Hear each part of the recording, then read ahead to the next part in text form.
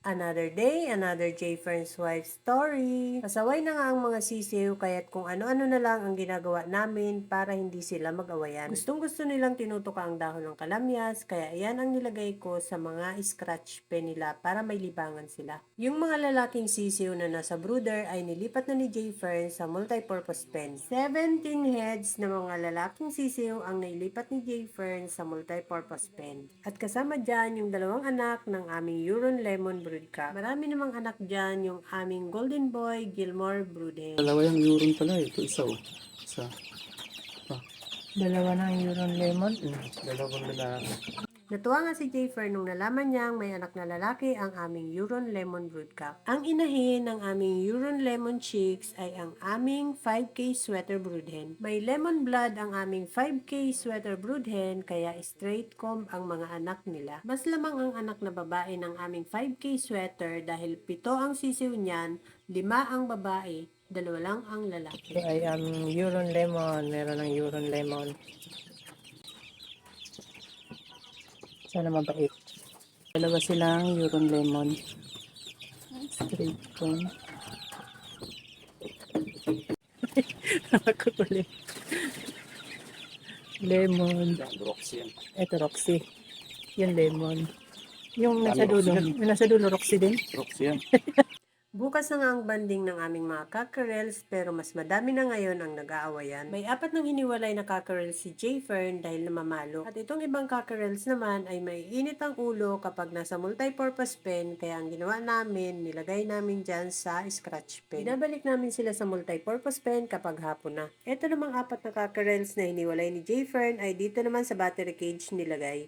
At yung mga sisiw namang nasa folding, yung malalaki na ay nilagay na dito ni J. Fern sa brooder. Yung mga nahuling pisa na lang ang naiwan doon sa folding. Mukhang madaming lalaki dito sa mga sisiw na ito dahil mga itim na ang pakpak ngayon pa lang. Yung mga anak ng hatch pullet namin ay mukhang puro lalaki lahat. Mahigit 15 mga lalaking sisiw pa lang ang napuproduce namin ngayong season na ito. Kaya sana ay madagdagan nila. Pinababan nga ulit ni J. Fern ang aming Bagsikline Broodhen sa aming 7 times winner broodcock. Maalo na magpababa ngayon sa aming 7 times winner broodcock dahil hindi na siya nadudulas. Yung isang Bagsikline Broodhen naman ay dito niya kay Bulag pinababhan. Kinokolekta lang namin ang itlog ng 2 broodhen at nilalagay sa chiller para sabay na ilagay sa incubator. Lahat naman ng babaeng sisiw ay pinagsama-sama lahat ni J. Fern sa isang brooder. 22 pieces lahat yung mga babaeng sisiw.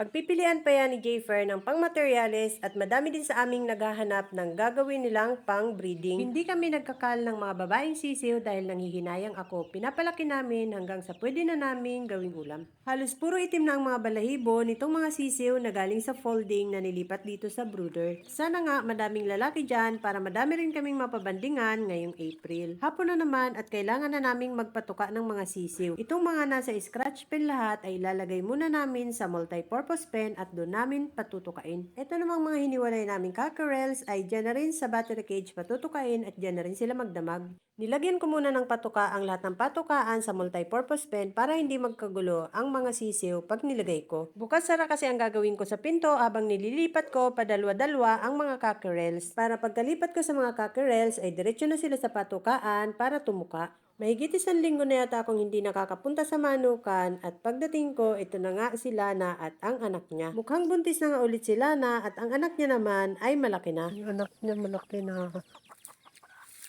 Hapon na nga, kaya lahat ng kambing nila Richard ay nandito na nakatambay. Aakyat na yan maya-maya sa kubo. May bunga na ang papaya oh. Ilang araw na rin laging umuulan kapag hapon, minsan malakas, minsan ambon lang. Ayan makapal na ulit ang mga damo sa manukan. Tagpinya na rin yata ngayon dahil karamihan sa mga pinya namin doon ay may mga bunga na. Pumunta din ako sa breeding range na ginawa nila at mukhang makapal na rin ang mga damo doon. Maliit lang yung kubong ginawa ni Richard, tama lang sa mga cockerels na aalpasan doon.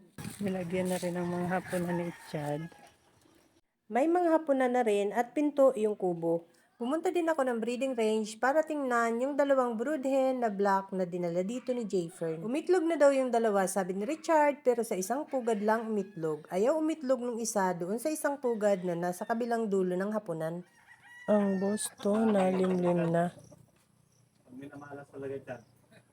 Iniputan na pala si Richard ng manok pagpasok sa pinto kaya nasabi ni Jayfern. Ito naman yung mga itlog ng pulet, ang dami na pala ulit. Dito naman sa kabilang pugad ay itlog ng aming 5K sweater. At dito naman sa pugad sa may haligi ay nangitlog na pala ang aming hatch pulet. At ito na pala yung dalawang black brood hen na dinala doon ni Jayfern. Sa may pinto pala nakahapon kaya pagpasok ni Richard ay naiputan siya. At ito na yung itlog ng dalawang brood hen. Kaya pumasok dyan kanina si Richard ay para paghiwalayin yung dalawang itlog. Ilalagay niya yung isang itlog sa kabilang pugad para hindi maghalo ang itlog ng dalawa. Ito na yung hatch pulet na itlog na pala ulit. Puro lalaki ang anak. Si Ichad naligo at iniputan ng manok. Napaligo tuloy nang wala sa oras si Richard dahil sa balikat siya iniputan ng manok. Inilabas na pala ng breeding range ang aming Huron Lemon Broodcock. Kukuha sana ako ng sili sa tabi ng bakod pero hindi ako makadaan dahil dyan pala itinali ni Richard sa may tabi ng kubo. Masakit yan mamalo kaya hindi na lang ako dumaan. Konti na lang din ang mga nakataling manok sa aming cording area. 2 hanggang 3 buwan pa siguro bago madagdagan ang mga itatali dyan sa cording area. That's all guys. Thank you so much for watching. Please like, share, and follow for more. See you on my next video. Bye!